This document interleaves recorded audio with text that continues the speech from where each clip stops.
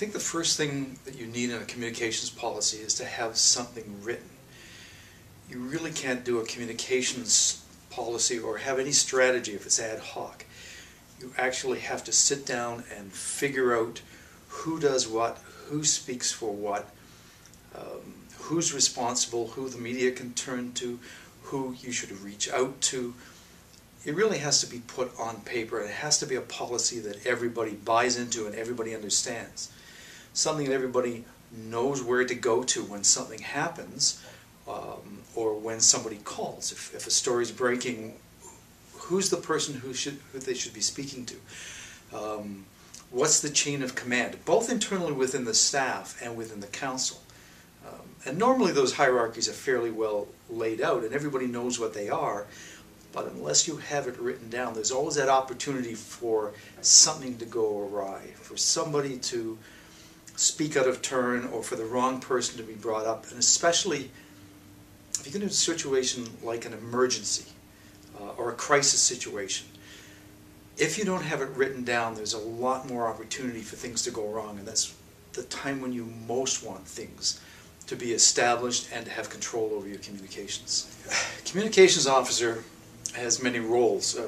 From the outside, they're the go-to person, so that when the media have to be in touch with anybody, they go to the communications officer to figure out who they should be speaking to, where they should get the information from, contact names, information, where anybody is at any time.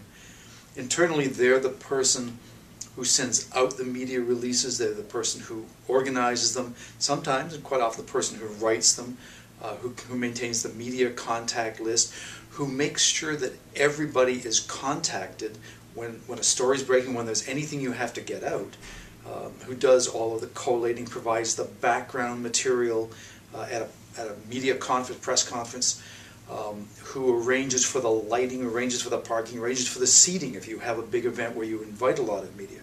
They're the person who organizes the structure around the media. They are not normally the spokesperson. They're the person who organizes so that the spokespeople have the opportunity to talk to the media. But there's a massive number of jobs that anybody in that position has to do. Usually it's not a person in an executive role, because they're already so busy. They would have to delegate a lot of this, because you don't want the executive person to be out there creating PowerPoint slides, or to be photocopying things, or to be doing mailing.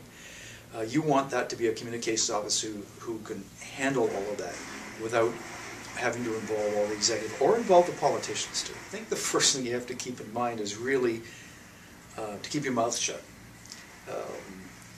In any municipality, there's a hierarchy that should be adhered to in terms of communication.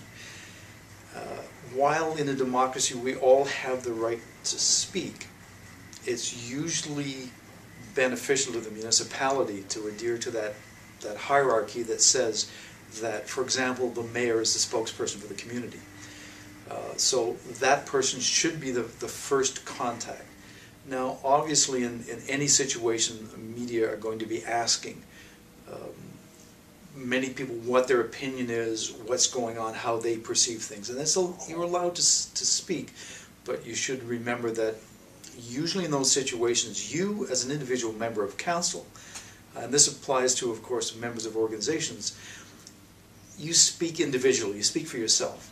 I can tell you what my take is on the situation, but I can't speak for the municipality because I'm a councillor. So the first thing to remember is to follow the protocols that are set out in your communication strategy. And then the next thing is usually, depending on the situation, of course, unless it's an emergency or an immediate situation in which a response is expected, such as a tornado going through your community, the best idea is to wait, give it at least 24 hours before you respond to something. Quite often when you ask for a comment, your immediate response is a reaction, often a knee-jerk reaction. It's a better idea if you have the opportunity to think about how to respond to it, because although you may be only expressing a personal opinion, you do represent a larger group of people to the people who are hearing that opinion. So think about it, think about how you should be responding rather than just speaking immediately without giving it some time. Important for every municipality to have and to treat a communications policy with the same level of importance and the same thought that they put into it. An HR policy, an IT policy, safety policy. This is really important. We tend to put these things secondary, partly because a lot of municipalities have part-time politicians, so they don't put a lot of focus on it, and communications is done on an as-needed basis.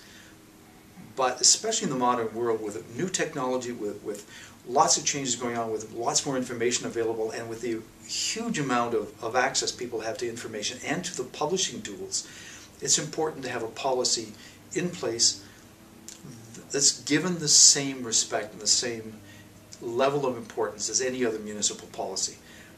Can't do it ad hoc. You can't just do it on an as-needed basis anymore. That worked 20 years ago.